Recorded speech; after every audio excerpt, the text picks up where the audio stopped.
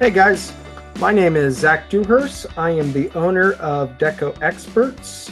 I have been using DecoNetwork software for 10 years now, and as a Deco Pro, I help licensees, essentially shops like yours, get the most out of the software.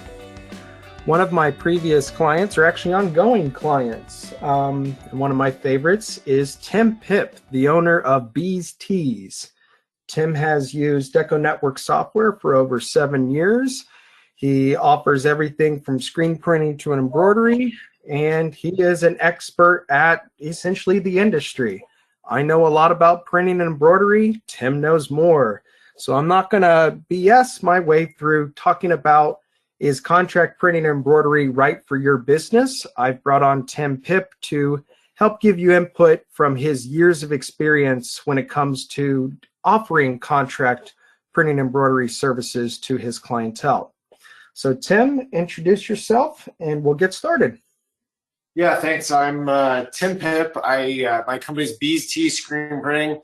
We're located in New Hampshire. I've got 2 storefront locations, and then we've got a separate production facility a town away from one of my stores. We opened up our second storefront in February of 2020, so about 3 weeks before all the states started shutting down, we had opened up our second store, but things are looking back up, and we've just kind of juked around over the last 10 years, and just expanded our product offerings and what we do as a business. Thanks, Tim. So again, today's webinar is going to focus around, is contract printing and embroidery right for your business? All right, so what is contract printing and embroidery? Well, first thing is it typically revolves around bulk decorating. Usually, most shops who offer contract printing and embroidery have a piece minimum of 72 to 144. Now, that is not to say that it's always that's the case. I know with Tim, Tim, what is your minimum for contract work?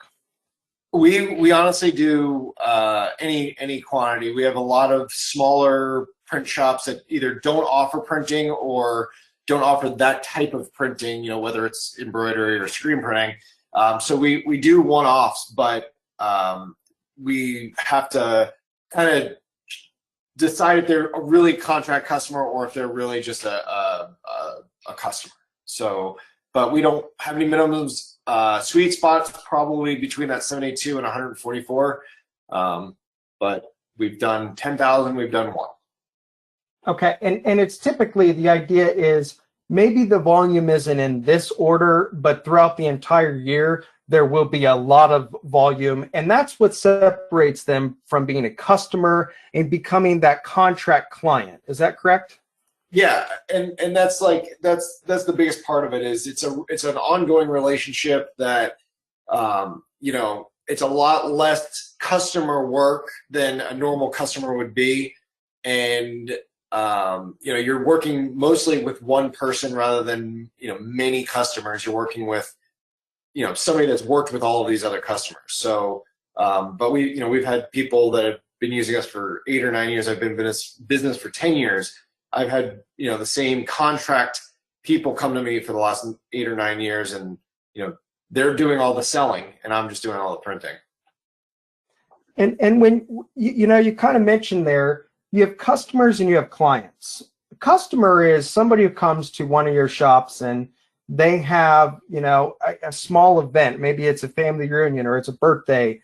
They're looking to create a one-off gift, or maybe it is a sports team, but it's not continuous repeat orders, versus your clientele are continuously bringing you orders from year to year. They're kind of predictable of what at minimum they're going to bring you. Is that kind of how you differentiate a customer from a client? Yeah, we often we used to have minimums. That was, I think that's a big thing that our industry tries to do is creating these minimums. And I always tell my staff that we're not selling a process, we're selling a finished product. So it's not about the process necessarily: vinyl, screen printed transfers, direct to garment, digital printing, or screen printing. It's about the final product that the customer is buying. And so we got rid of our minimums by offering all of those options. And so now everybody that comes into our store is treated the same way, because that one order that they may have may turn into a 1,000-piece order down the road. And so, yes, there's some people that come back once a year for one piece, but then there's a lot of people that come back multiple times a year for more than one piece. So, in the contract world, we're getting orders once a week, sometimes a couple times a week. And, that's what's a little bit more special about those relationships.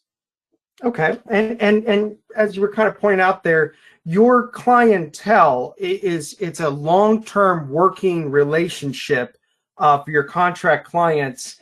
And they're often other decoration shops, like I bet a lot of listeners during this webinar, who may not offer screen printing, or maybe they do offer screen printing, but they only have a manual press, and a 500-piece order is just not as ideal for them as your automatic press, or maybe it's a 10 color.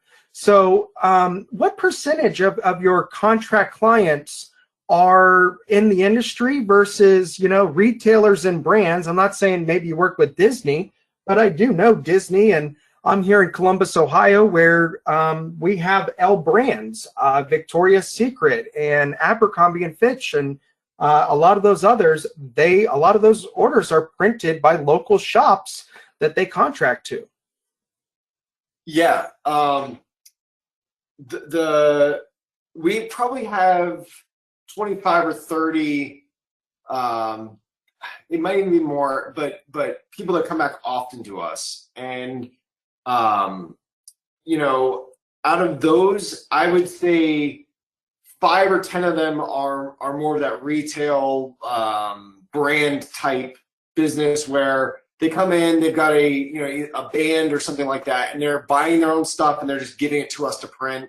And we kind of call that a contract customer, because they're bringing their own stuff in and they're ordering often. They're making it pretty easy for us by sending us print ready artwork.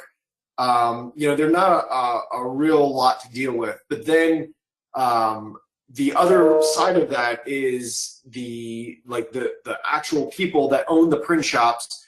We deal with, out of about 20 of them, I would say, at least half of them don't print at all, at all. So they're just selling it. And some of them have like a heat press, or, they'll do some small stuff at home, but most of them are calling us and saying, we want you to do our stuff. But then you've got the shops that don't do screen printing or don't do embroidery, and they sell a lot of screen printing, but they also sell some embroidery. And, that's an investment. Getting embroidery equipment is definitely a bigger investment to just jump into. Whereas the screen printing or heat pressing, you can kind of do on a smaller budget. When we first started, we were outsourcing all of our embroidery, and just over time recognized that, we were paying for our contract embroiderers equipment. So, they're all different varieties of different contract stuff. But, for us, it's a big chunk of it is actual people that do not print. Okay, but essentially those individuals, or more so, a lot of them are companies, they understand how the industry works. So you mentioned that they typically supply the products to you. So they have a relationship with a Sanmar and S&S. They've already established that relationship, which does take a little bit of work, because they won't sell to just anybody. And they've either educated themselves, or you've educated them on what exactly you need from them to place the order as efficiently as possible. So when it comes to your contract clients, how much communication is needed, for example, to get you a 1,000-piece order? I mean, are some of your contract clients, can they literally just submit it through a website or email it to you, and that's all you need, because they know exactly what you need to know in the format that you want it? This is one of the biggest challenges with contract printing, is getting people and sorry if you can hear my email, I get a lot of emails. It's dinging in the background.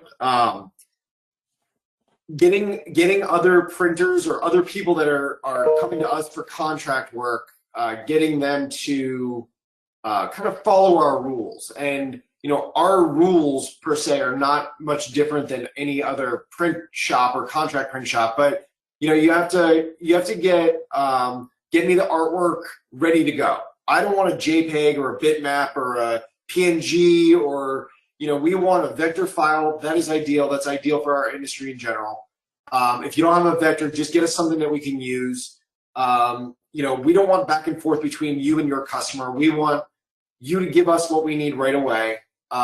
Most contract customers are buying their own garments. One thing that we do as a business is we offer our customers, we will buy the garments for them, and we'll give them our pricing. And what I get out of that is I get a bigger buying power from my vendors. So if I'm using Alpha Broder, I can say I spent X amount of dollars this year versus what I would have spent if I didn't buy all my contract customer stuff. But we leave it up to them to check stock and quantities and pricing and all the other stuff. It should really be a quick interaction. There might be a couple questions, but today we got a box that showed up. It's got a purchase order. We don't know who sent it. We're just gonna wait, and that happens often. But for our customers, we tell them put the purchase order and the name of your business in the purchase order. Send us an email before you send anything out so we know it's coming in. Send us the sizes, the quantity, the colors, the print, a proof, and a deadline. And once we have all of those things, we can get going. But you only get some of those things, and then you get questions on what's the price. And the beauty about contract pricing is we're sending you a contract price list up front, so you're going to see exactly what we're charging you up front.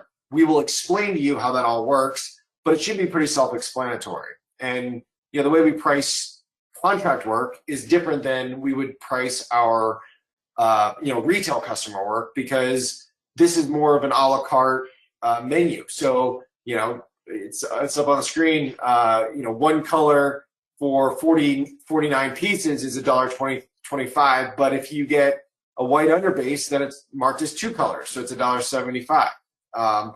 And in our setup charges below, you'll see, or it'll show why that is. Count dark on light. Dark shirts require a white underbase. Pricing starts at 2 colors. So we often have customers. I'd say the first 3 months of a new customer has its challenges, because you're learning each other's ways and the way you kind of work and stuff like that. But we have some customers that they won't even get into embroidery because we're doing a good job, and it's less of a hassle for them because all they've got to do is send us their stuff. But I've got some people that I've got a couple of customers that they're not as easy, and they ask me a price every single time they've got a job, and they send me something that's not vectorized, or I want this embroidered and it's a full color picture or something. So having that customer know what's going on and how this industry works is super important. But we know up front that it's going to be a little bit of work, and then at the end they're going to start sending us these big orders. You gotta love it when they take a JPEG or a PNG and they just save it as .ai or .svg. And, oh look, it's a vector. Or they just take it in Illustrator and they just click save. So I actually had a funny one. Last week, actually, I got into somewhat of an argument with a new contract, their designer, who's not even part of their company, but he said, I'm going to send you JPEGs and you're going to be able to work with it. I've been in this business for years. And I said, you know what? That's fine and all. I've also been in this business for years, and I can't use your JPEG because you've already separated the file. And so I went into I've got an automatic. The way we register jobs is different. The way we set it up is different. The stroke, the choke, all of that stuff, it's going to be different than what you're doing. And he goes, I don't know what you just said, but I'm just going to send you a vector file from now on.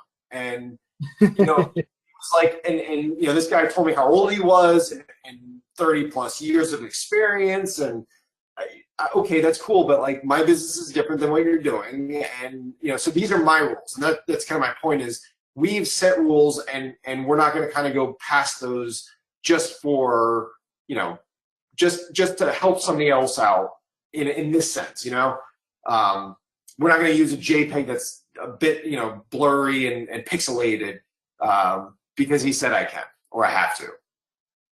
I know in the industry, for some contract clients, they'll call it striking if you're going to do like a retail client. And a strike is when you're essentially creating some product through a special print method potentially and showing the retailer, hey, here's what it's going to be finished. Now, do you want to buy the 100,000 of these? Have you ever been asked to do something like that for some of your contract clients? Yeah, actually, this particular guy is asking about it, but it's really situational. We don't do strike offs, and that's pretty just common for me and my business. I'm a little unique, I think, because of the 2 stores that we have.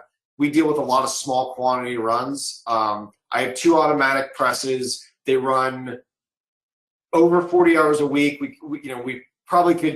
could probably run a second shift at this point, but so I don't have any manuals. We got rid of those once we got the second auto, and we just don't have a whole lot of time to be setting up a 4-color job for one shirt. We do offer other solutions like a direct to garment but we do let them know that it's not going to be the same as the final production. But most of the time in this situation, we ask, why do you want to see proof, printed proof? And a lot of the times is, we want to see the quality of the shirt, the quality of the print, and that's it. And so we send them a blank shirt. We send them a pre-printed shirt that we've done before. There's your quality. There's your quality of your shirt. And at that point, you kind of got to trust what I'm doing, what I've done. And but we've had a customer years ago. I want 6 shirts, and then I'll order 100,000. I said no, and he showed me his Facebook page. He had 2 million followers. I said, when do you need the 6 shirts? So, and that became the biggest account I've ever had. And he was a contract customer as well. But so it's really based on the job, the person, and what they're asking us to do. Yep. Okay. A lot of things are case-by-case basis, it sounds like, because you never know the potential of that relationship. Which brings us to why offer contract printing embroidery. And we've kind of been talking about it a little bit here, is it can lead to a lot of other relationships. It sounds like you never know who that person is related to or what division they represent of a whole larger organization. So other than the other leads that come from your contract work, as far as profitability, how profitable is contract work, and when is it not profitable? Well, I didn't really think we'd go more into the contract world, but we're definitely heading more towards that.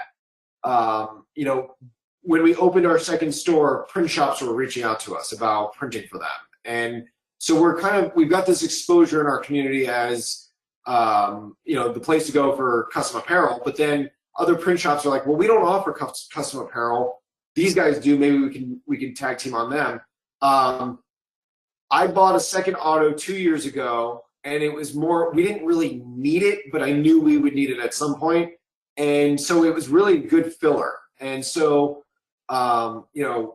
contract is really good filler work. I don't know that I can make a business the way I've done it, out of being my main source of income and printing. I would say 25 or less % of our business is contract. A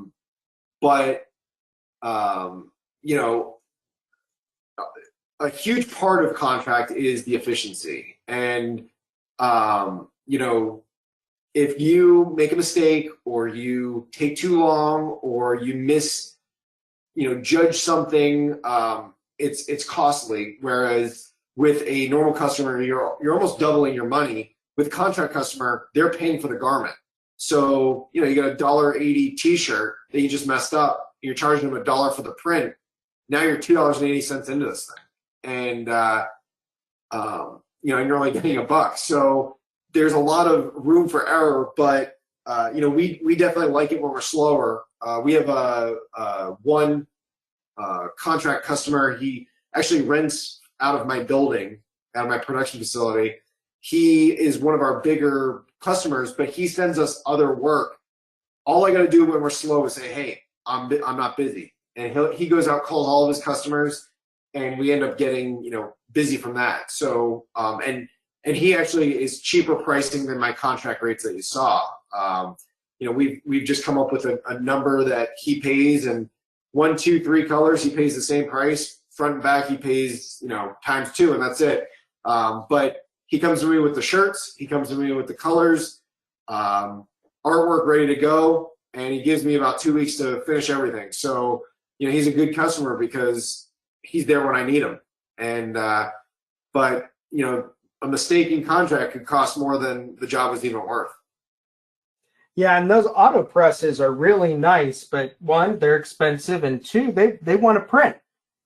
So having that contract work, it allows that machine to essentially be continuously running and cover a lot of your overhead costs, right? I mean, like, not saying that our goal is to break even, but I mean, 15 years ago when I worked at Best Buy, I could not believe that, we sell how many products at a loss? You're telling me we'll lose $10 on that laptop so we can make $40 on the case that we're selling for $45? I mean, it was kind of crazy, some of the thinking, but obviously they knew what they were doing.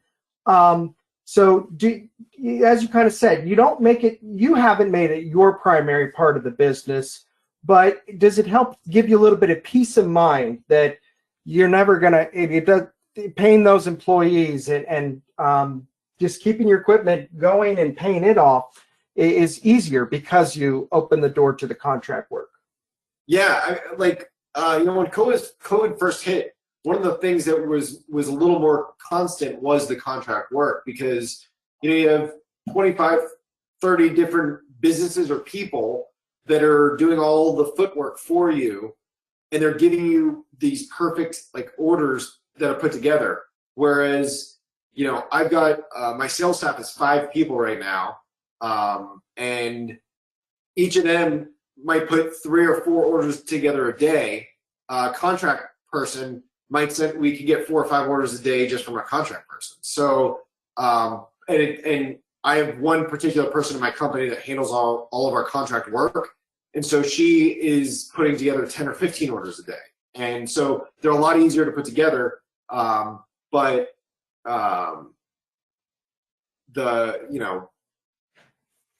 It's not easier. It's not going to make us a lot of money. But like Zach said, we already have the staff. We already have the equipment. My lights are already on. If this meant going home an hour early, that means that everybody's staying until the end of the day. I think a lot of the people in our business look at pricing a little bit different and possibly wrong. My staff is already here 40 hours a week. My lights are on 40 hours a week. My dryer is running for 40 hours a week. What I do within that 40 hours is how I make money. And so if we print a job for a contract customer and we make $1,000, just $1,000, not profit, or just $1,000, that $1,000 is extra on what we were going to make anyway. And the lights were on. We're not doing overtime, and overtime would actually be something we'd want to look at for contract. If we're going to pay holiday hours, we'd want to look at that. If we're going to outsource ourselves to because we're too busy, that's something we'd want to look at. So, but for us to stay busy, that's more important than not having to work and sending people home. And the way I look at it is everybody's already here. We're already doing it. Let's just take it in. So, we never really turn down work, but it's contract keeps us busy all the time. Well, and you kind of a couple things different that you said there. One, you said that it was actually busier during the pandemic initially. And that's what I love about our industry, and something that Deco software allows us to do, and that is to diversify how we make money.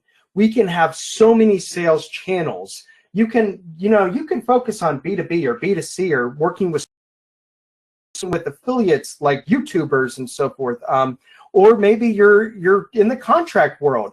And the more different, the number one thing with investing is to diversify yourself, to avoid having everything hit the fan, because you have that safety net in a way. And I'm not saying that, again, contract is what it would be your main revenue model, but it is nice to be able to have several different channels bringing you revenue. And it sounds like the majority of your contract clients are people in the industry who are essentially acting like a sales rep for you.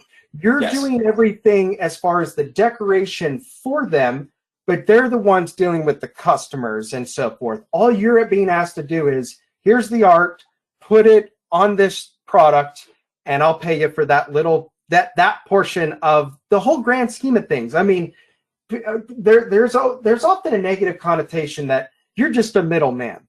There's nothing wrong with being a middleman, and especially with a custom decorated product. I mean, most of us in the industry, we start out of our garage or our basement, and we grow into production space, and eventually maybe we'll have a couple different locations and so forth like yours. But it's beautiful that we can go any way we want. And I always love the idea of, don't buy equipment until you can justify the cost. And you mentioned earlier how embroidery, you're essentially paying off the contract embroiderer's equipment. You have to eventually have that make or buy decision. Are we going to start making this ourselves? Or are we going to keep outsourcing it? Is it profitable to bring it in-house now? And having, it's just great in the industry that, they can essentially outsource orders to a shop like yours before ordering their own equipment. And once they've proven to themselves that I've got the demand to bring this in-house, they can. But I also think that a lot of shops got to remember, just because you can doesn't mean you should. And if you go to a trade show, a lot of the sales reps will sell you. I mean, I don't care what if it's our industry or whatever, every rep is going to make something sound easier than it is. And at least initially, I love at the trade shows, and I'm not saying it's not possible, but hey, we can DTG on 100% poly. Yeah, but it's a water-based ink and it's a moisture-wicking material. Is it meant to be? Just because you've proven that you can, does that mean we should?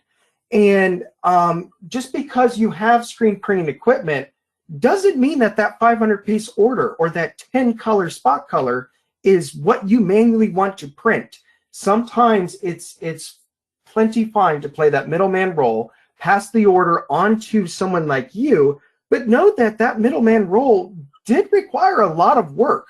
I mean, in the act of decorating a product, correct me if I'm wrong, Tim, once you have the artwork ready and you're on press, printing the actual thing is probably the easiest part for you. It's getting all the other parts from the customer. And something, we've been talking primarily about embroidery and screen printing. Embroidery and screen printing, I mean, every decoration process is very much so an art. Now, with DTG and sublimation, I'm not saying that it's not an art, but a lot of it is pushing a button, letting the printer print it for you, and maybe you press it. Screen printing does take some more skill. Embroidery takes a little bit more skill. But what's amazing about those two processes is how cheap the materials themselves are that go into the act of decorating. Thread and backing is pathetically cheap at how much embroidery costs. When you look at screen, how much actual cost you have versus labor, it's all labor. So, and you, like you said, if that machine is there, your goal is to just get somebody to always be running that piece of equipment as much as it can. And in our industry, they build these pieces of equipment so that they can run 24/7. That's the idea, is you can maximize its potential, but Is that one of the reasons why you like to offer the contract stuff? Because you know your cost in the act of decorating is so minimal. Your only cost really is your labor for the most part. I'm not saying it's not, but I mean, out of the cost to print a shirt, I mean, what is it? 5% material, 95% labor? Yeah, I mean, other than the garment, obviously, but Yeah, other than the garment, yeah. yeah.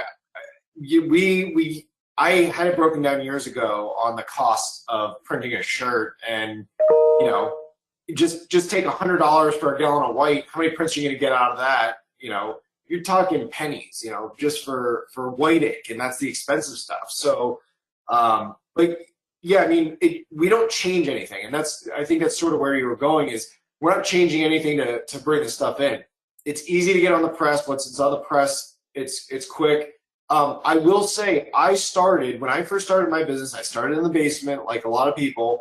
I built my first press. I ended up going with a one station 4-color.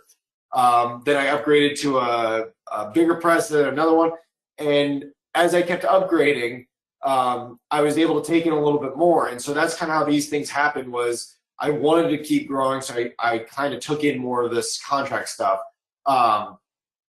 As we've grown, I outsourced all my screen printing, or all of my embroidery. I used to outsource a lot of my screen printing, and you mentioned it earlier that I mentioned about buying the embroidery machine. Same thing with the screen printing stuff. That's when I knew that an auto was in my future. I looked at what I paid my contract printer, and that number matched, close to what the cost of an automatic press was. So why wouldn't I get, other than staffing that press, training, there's a lot more expense to an auto than there is a manual, but it made sense for me to make that move. And the amount of work I was sending out was enough too. So, we made that leap, but I had to kind of secure some extra work to make sure that press was always busy. And in doing so, right when we got our auto, we were way too busy. And so we were starting to outsource again. And, then we bought a second auto, and, we over the last 2 or 3 years since we've had that one, we've probably sent out 2 or 3 jobs. And that was mostly either a staffing issue or, we just had a lot of other stuff going on. So we rarely outsource stuff. We do if we need to, but, again, it's filler work for us. A lot of our contract customers are on the understanding of, we'll get it done when we have time. Or, we have some of those customers that are, they sell stuff at shows or fairs, and they don't really need it until the next season. So, give me 3 months and I'll get it done for you. So that means January, February, March, we're printing their stuff. And, we did an embroidery contract job. I hate to admit it, but I think we got, I've got it written down on my desk. It's $14 for the dozen. So $1 something for each piece. It's a left chest, but you know what? We did it in January, and we had it out. It took us 3 weeks. There was like 1,500 or 1,700 pieces. It took us 3 weeks to do, only because we were doing our work first. And instead of sending both of my embroidery people home, I said, you could work the full day now. And so they, worked diligently to get it done. And, I told them you need to do X amount an hour. And I'm not one of those people that's pointing and telling you got to get it done. But I said, on this one, we're not making any money. This is covering your cost. So I need you to get it done. No mistakes. And they got it done. I mean, the customer supplied the jacket. It had like 3,000 stitches. So it wasn't a very long job, but, we didn't lose money on it. And I kept them staffed for 3 weeks, and, I actually think we made money on it. So, it wasn't about a $10,000 take home. It was about keeping them busy for a couple weeks. Okay. And that brings me to the next question, which is who should offer contract printing embroidery? What shop should be doing it? It's kind of common sense with some of this, is in the fact that it comes to our capacity of what we can potentially put out in a given time as far as production goes. So you would not have been offering contract work out of your basement necessarily, correct? No, no way. No. No way. Not enough No. amount of space. You as a single person, you can't meet the contract needs by yourself in a manual press, right? You've got to have larger equipment, and you've got to have a little bit larger of a team. And I have to think, and you have a little bit larger of a team compared to a lot of shops. I mean, that's again, and that's something beautiful about the industry and a lot of the people I work with in DecoNetwork software. I consult with a lot of shops that are mom and pop, 1 or 2 person. I talk with a lot of shops that have 50 to 100 people, larger companies. It's a unique industry where you can be very profitable being small or large, depending on what revenue route you're going. But to be a contract, I mean, you've got to be a little bit larger, and you really got to have that skilled production manager, I have to think, because a lot of your contract work, although the artwork might come to you as print or so ready as you ever could imagine, the expectations are often higher, I would think, especially for some of the retailers where, hey, this is a 10 spot color print. Well, I mean, a line in 10 screens is harder than a line in a 1 color. I mean, let's just be honest. So would you agree that having that experience is really what's coming into play with that skilled production manager? Somebody who can, again, look at a piece of artwork and immediately know, okay, we're going to flash print this, we're going to use this squeegee, this durometer, pass it on to your team member, and they take care of it. Yeah. Well, starting with the equipment and stuff, I think embroidery 4 or more heads is good. I'd almost go more. I have 8 heads of embroidery, which is not that much. I've got a 6 head and 2 singles. I had 2 singles before I got another 6 head, and no way could I have run contract work on my singles. We didn't have the room. We didn't have the room for the work. Automatic. I think you could probably do it on a manual if you didn't have a whole lot of work.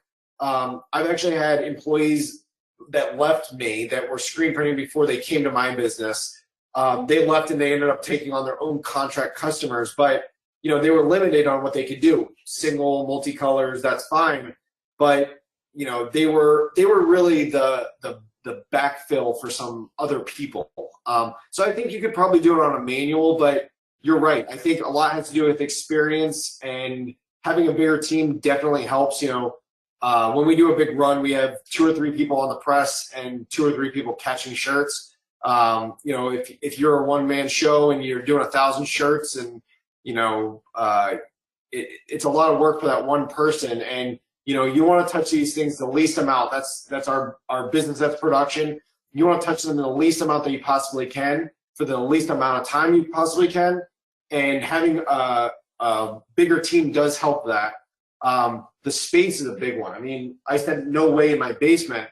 I would have been feeding boxes through the window there, and we have I think it's important to have a loading dock. It's not the only thing that's important, but one, if you have a loading dock, you're not paying the lift gate. Yeah. But I was talking about the 12 or 1,500 jackets that we did. That was like 6 skids. So I couldn't have taken that job if I didn't have room for it. And that was actually the first thing that the customer asked is, I need to store these there for 3 months. Can we do it? I said, sure, that's fine. That's a huge part of it. It's not if you have a big garage or you have a big place, that's fine. But when somebody wants to do 10,000 pieces and it becomes, 10 or 11 or 12 skids, you got to have the room for it. The last thing is the relationships and multiple suppliers. I was giving an example with Zach earlier that, we went to go outsource direct to garment because we don't do direct to garment house anymore. I just, doesn't make sense for my company. We convert most of our customers over to other processes, and that actually kind of killed our direct to garment machines. And so we got out of the direct to garment business, but I've outsourced like 5 shirts last year, so not many. And the guy that I go to, doesn't have an account with Sanmar. So now I got to go buy the shirt from Sanmar, one shirt, pay the shipping on it, and then have it shipped back to me. I've lost money just by buying that shirt. So what makes it beneficial as a contract printer is telling my customer, oh, you only need 24, don't pay shipping, let me buy it for you. And that'll save them the shipping price of, $24 or $20 or whatever they charge. And I can get it quickly, and then I ordered it so I know it's coming in. And so I think having multiple suppliers kind of gives you a little bit of an advantage if something's out of stock, or again, if it's a small run. I want to be able to order from wherever my contract customers are going to order from. Okay. Yeah, and one thing with the production space, in my experience, if you don't have enough space, you greatly increase your chance of making a mistake. And I know when you're printing in the basement, I mean, before you know it, you've touched the screen with your finger, and you're touching something else, and then you're touching something else. We've all been there, done that. Even a big piece has that challenge, but yeah, that's a good point. The smaller the space, definitely. It seems like less errors, but we have a nice open floor plan, and it's kind of hard to lose something, and we're not running around different obstacles where in other shops that we've had before we got our building. We were building mazes out of boxes because we didn't have enough space. Okay, so to kind of recap a little bit how contract printing embroidery is different compared to just working with an everyday consumer, just having just one kind of set pricing. Something I've seen in the industry, a couple different changes I've seen. One, most shops 10 years ago, when you were working with someone off the street or just a normal customer, everyone would double the cost of the garment. Okay, a t-shirt cost us $2, we're going to charge $4. Now that we buy everything on a piece rate and several other factors, now I see that the price is a lot closer typically to a 50% markup, a lot more control over your final price, and you put your cost to the customer in the act of decorating the product. Because we're not in the business of buying and reselling blanks. We're in the business of decorating them. And as you put it, you're really in the business of getting that finished custom decorated product to the customer. I think nowadays most customers don't even care how it's decorated as long as the quality's there and they're happy. They don't care what method you use to print it. And it's amazing how the industry has changed as far as, vinyl 10, 15 years ago, it was terrible. Now it's one of my favorite processes to feel on a garment because it has a great hand and it's durable. Even plastisol ink, don't assume that all plastisol is the same. I mean, if your competitor is running everything through a 60 mesh screen and they're not, putting any soft hand base or anything, plastisol can be a terrible finished product if you don't know what you're doing with it. But something I think that I've also seen in the industry is we try to simplify the ordering process as much as possible on our customer. I mean, there's so many variables that change the price for each decoration process. Screen printing is counting colors and quantity. Embroidery is counting stitches, so it's based on size. DTG may factor in the color of the garment because we have to use more pre-treat and so forth. So when it comes to what we are doing on a website, often we try to make it as simple as possible. I advise, if possible, to not include screen fees when you're quoting an everyday consumer. The everyday consumer has no idea what the heck a screen fee is. And it can confuse them. It kind of can feel like a bait and switch at times. So the simpler you can keep the pricing for a everyday consumer, the better. But when I look at your pricing, Tim, I see that you have screen setup fees and you have extra charges for larger size prints or difficult locations and so forth. So it goes back to the idea that if you educate your customer where the costs really are, everybody can win because every variable that is going to affect the price is truly being factored in here. And I kind of I miss the old days, Tim. In like year 2005 or earlier, I started using DecoNetwork in 2009. And back then, we didn't have like Sanmar's catalog available.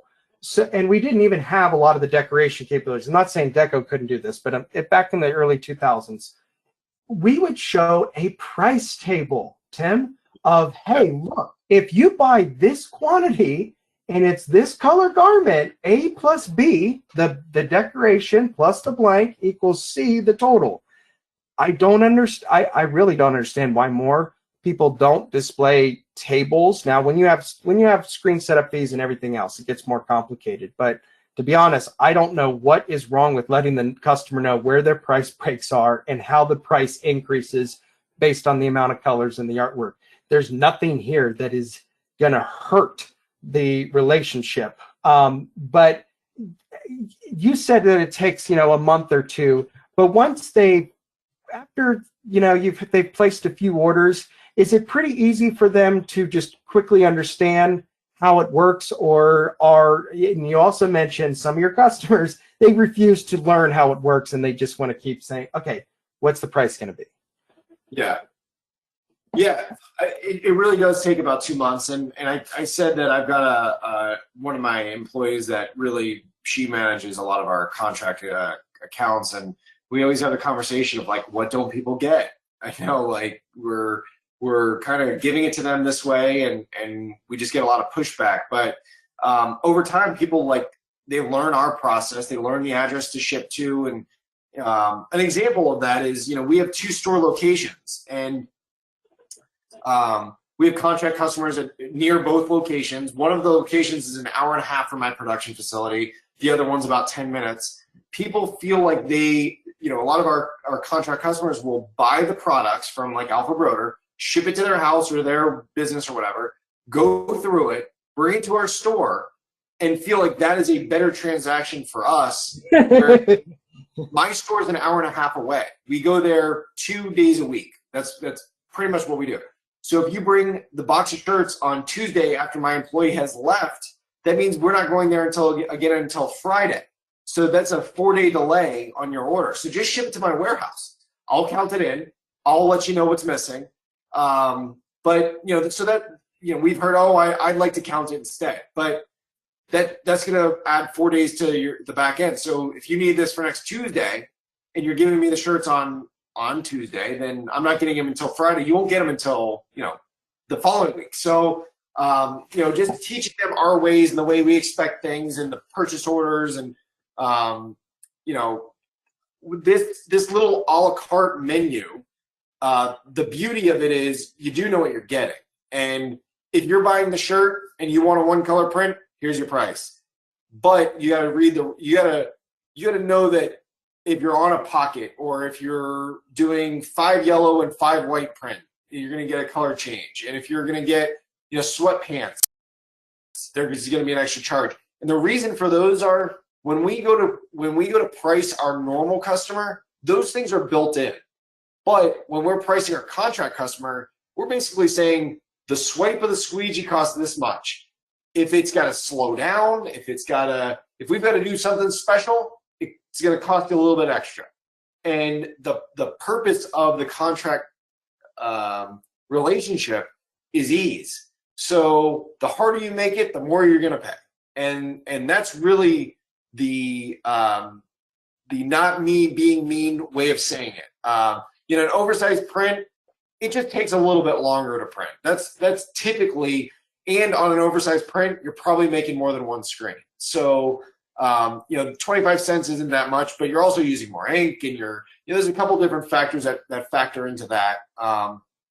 There's one thing I didn't add on here. We have an iron on our auto that I do need to add, and these clearly say 2019.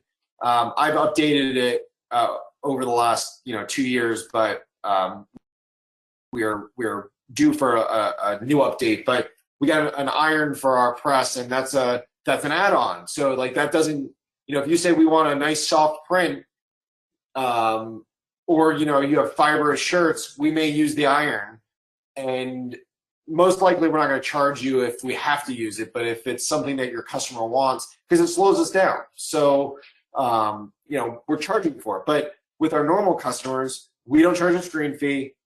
$10 t-shirt is $10. It's not, I'm in New Hampshire, so I don't have tax. So a $10 t-shirt is a $10 t-shirt, and that's it.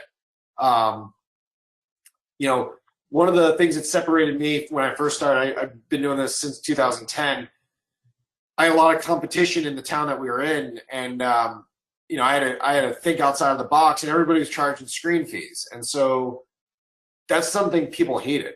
And so we wiped out the screen fee. People were like, "Oh wow, like no screen fee." So you're saving them $25 to $100 per order just by not charging that fee. And the way I've always sold it to my customers is, if you go to a mechanic and they charge you a wrench fee, you should find yourself a new mechanic, because it's a tool that we use and it's not something you're going to get in the end. Yeah, and you can just build it in the unit print price. Yeah, which is pretty simple. But it's kind of sounds like for your contract pricing, you look at where every one of your costs are, you find out how much you need to be able to make off of that cost, and then you just pass it on to the customer, or your client in this case. It's not trying to find every little way you can make money. It's just making sure you're covering your cost and making money at the same time. Yeah. And your turnaround times are often quicker for contractors. It kind of depend on the client. Sometimes they need it faster. Sometimes they have more flexibility. Well, I think industry standard is a 2-week turnaround. My business standard has been 2 weeks forever. I mean, I was in the basement by myself 2 weeks. We have 2 autos, 2 weeks. It's just somehow we always fall into that 2-week turnaround. Now, especially with shipping and all the mess that is, it's 2 weeks. But contract's a little bit different, because most of the time they're sending you their shirts, or their apparel. So you have their stuff possibly a week before they need it. And then you got to also remember that they're in business doing the same thing that we're doing. So they're selling, to the same type of people. And so we often will be a little bit quicker than 2 weeks for a contract. Most of the time it's about a week. If we can make that work and have it happen. But again, we need to make sure that we're not super, super busy and going to fall further behind by throwing a contract job in. But there's an understanding, and all my production people know that contract and blind orders are very, very important to get done quickly. Blind orders, you're talking about a white labeled kind of drop ship fulfillment glove service where you don't have any B's T's branding, because your client might say, "Hey, I'm shipping you these shirts from Alpha. I want this artwork on it and everything else, but I need you to ship it to my end consumer. And essentially it needs to look like I did 100% of the work." Is that correct? That's right. Yeah. So, with Deco, this is a good one to talk about. With the web store world, the direction of our business is going web stores. I actually just hired a full-time web store builder. He's going to come on and he's going to, build web stores for our customers. He's going to work directly with the customer, and then he's going to build the web store, maintain them. So the direction of our business is web stores, and Deco does a really good job of doing the white label. The one thing that I would say is you can't get away from it completely, because the card gets charged from my business, so I can't really white label there. But we often have these web stores that don't want us to be the printer, if you will. They're the apparel brand. They want it coming from their address. They want it coming from their name. They want their business card slipped inside of it, and they want their packaging on the outside of it. And so we do a lot of that where it'll be white labeled. It'll have a different business name. You wouldn't know that my company printed it. And in the contract world, that is the understanding. I will not come after your customers. I will not. They will not know that I printed your stuff. We will not, put anything on the box that says my name on it. With a lot of our local contract customers, we have to be careful, because the customer either went to us or to the people that we're printing for. So, my original store is located in a town. We print for 4 or 5 of the 12 shops that are around us. And, we might get a customer to walk in and say, hey, I want a quote. And then they go to our customer and then they get a quote. And then we're printing the job anyway. They don't want to know that Bees Tees printed their stuff. They want it to be, this other company that printed their stuff. So we're very conscious and cautious about how we put those out. You can really destroy a relationship. And I've learned that over the past. You can destroy a relationship just by giving them a box with the wrong label on it, with our logo or with our name or something like that. And if you're in the promo business in general, most of that stuff is coming blind from or drop shipped from a vendor. You may not see the pens that go to your customer, but it has your name on them.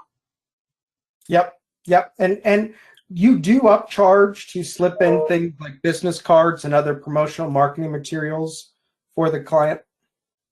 Yeah. We're doing that a lot more now because, again, I think my business, we've got the Main Street model storefront, but you've talked about it a couple times about diversifying, and I learned a long time ago from the entrepreneurs, like the mega rich people. You got to have different income streams, and so one of our main income streams is the storefronts, but the web stores are the other income stream that I feel may overtake our business on the Main Street. But we have a customer right now that's doing masks, and we built him a Deco website, and with every mask we package it differently. It comes from him, from his website, and his address, and then we put a business card in there, and we charge him. So we bag it and tag it, and we charge him for that. And but it's a touch that is important to him and his customers, and it's more of a high end. It's not a high end mask, but it's a high end customer that they're reaching out to. So they're selling masks for $25, and if you get a mask in a bag that isn't wrapped and doesn't have a discount code on it, then the value isn't there. But these are poly bagged, and so different things that we offer.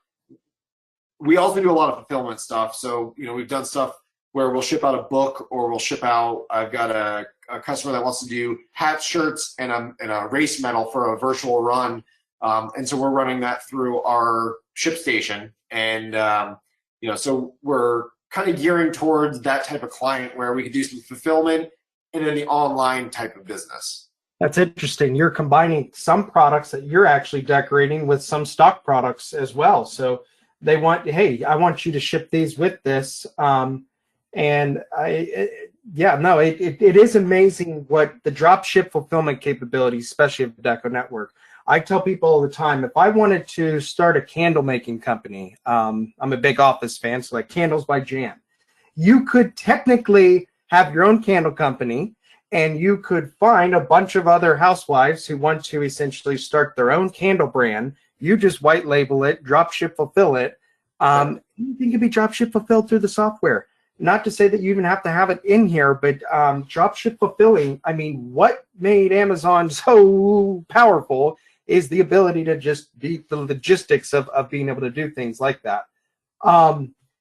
And what I kind of want to talk about before we go into the Q&A is just real quickly, what tools are available in DecoNetwork software to be able to make the contract pricing and everything else work the way we need to, whether it be screen printing, embroidery, or any other decoration processes.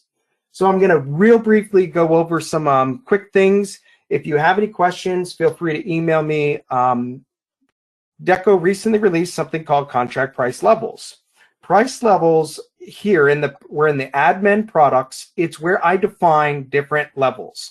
And some contract clients, some licensees or users of the software have many different levels. I mean, maybe you have level 3, and it's just a different type of client. So you define your contract price levels here. And what it allows us to do is to then set how the pricing works for blank products and/or decoration processes. So if I come up to the supplier product markup, I have my different price levels up here. So in Tim's case, he says, when I do contract work, you actually don't mark up the product whatsoever. You make it 0%, which I find to be very interesting. That's a different way to think about it. That, you know what, I'm not, you really are saying, I'm not in the business of reselling products. I'm in the business of decorating.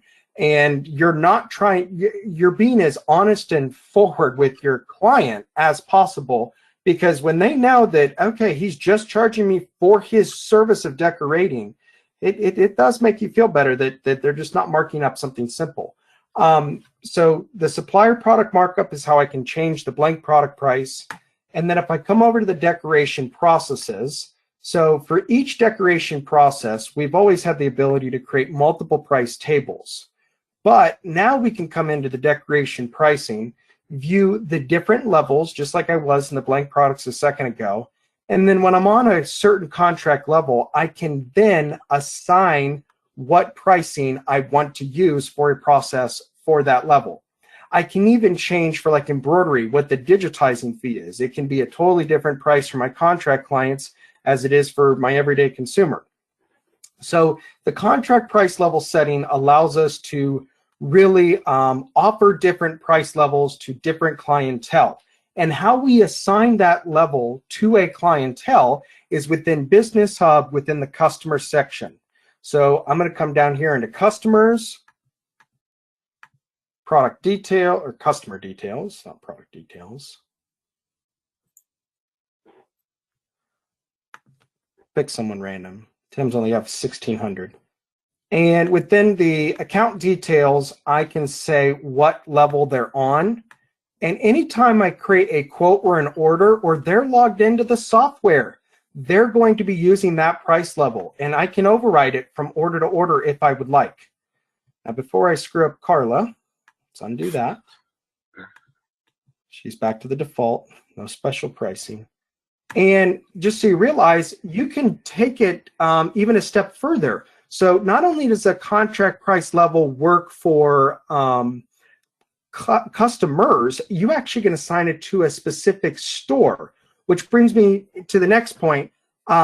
You can make it easier to obtain those contract orders without having your customer email you everything, and you put together the order, the quote in Business Hub. Tim, remind me your example site we were talking about earlier. Contact. It's funny, the words we search. I know. Okay, so contact. So this is what we would call a contract ordering portal. And Before the you biggest comment, this is a really poor example design-wise, but it's functional. I didn't make it. Tim did. So Yeah, thanks. the big thing that makes it a contract ordering portal is one, it requires a user to log in to access the site. You don't want anybody stumbling upon a site where they can place a contract order. You've got to be able to do it. So I'm going to just turn that off for the moment. And what we are offering on this store is both products that we supply, but will have no markup whatsoever, because I have this store on that contract price level. And we have the customer supplied products. So right here are our everyday products. Right here, the customer supplied products. So you're probably asking yourself, well, how did I get those customer supplied products in there? Back here in the products, what we have done is we cloned a generic t-shirt. So we cloned like the Gildan 5000, and then we turned it into a customer supplied t-shirt. And then we require a couple of customer fields to then be able to get all the information we need. So if we go back to that site, let's go view it. And I click on the customer supplied t-shirt.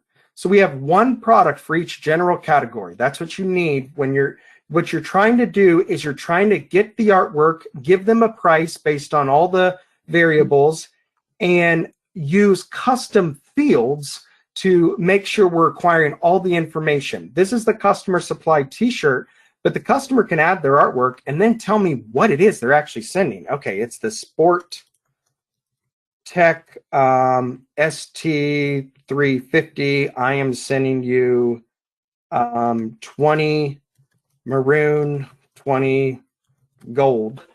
And in my quantity, I better have in here what the actual quantity is, because at the end of the day, the price is going to be dictated based on how many is being ordered and the amount of colors and all the other variables. So it allows the customer to submit the order to you. You review it, you finalize it, and you can kind of get rid of all. There is no back and forth again with your contract type of client, but to avoid taking their email and have to return it into a quote, you can create a contract ordering portal very easily using DecoNetwork software. All right, we have covered a lot during this webinar. Hopefully it has been helpful. Again, if you have questions outside of what we're about to answer, do not hesitate reaching out to me or Tim. Tim can not only can he potentially answer some of your contract ordering portal questions, but within Deco, within the general settings, and I'm kind of working on building a list of clients of my own that I've worked with. You don't have to have worked with me in the past at all, but in our industry, we want to act as a one-stop shop as much as possible, because typically, I'm not saying you want everyone's order. That is not the case. But every time you say, I can't do that, they're going to go to a competitor who potentially, if they can also potentially do what you were doing before for that customer. So the more you can act as a one-stop shop, the less you have to say no, the more orders it's going to lead to. So within the production and order settings of the general admin, we have the ability to outsource production. And here we can link with other DecoNetwork fulfillment centers and outsource orders to and from one another. So it's a great way to not have to turn someone away. You have the order in Business Hub, you click outsource production, and it goes to that other DecoNetwork fulfillment center. Someone like Tim can drop ship fulfill it for you and get it there. So based on where you're located and what processes you need is really going to dictate the type of fulfillment center you're looking to partner with. But Tim is on the East Coast. He offers both screen printing and embroidery. I know of other shops throughout the entire country. So if you're ever looking for someone, you can always reach out to me. But also, if you would like, you can reach out to Tim.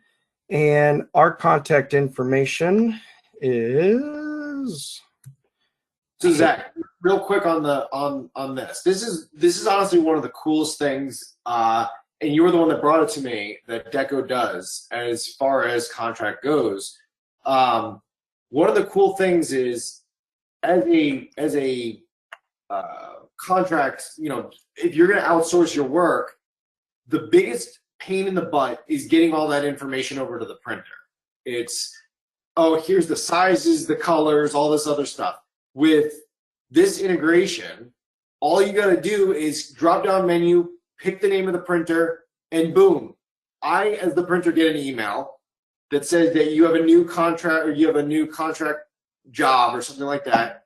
And then when I go into my production tab, the job lives there. It's there. So, and that one that you saw, the way we have it set up is we're doing their shipping as well. So when we produce their order, it actually automatically goes back into their DecoNetwork as produced, but we set up their Deco to pop into our ship station.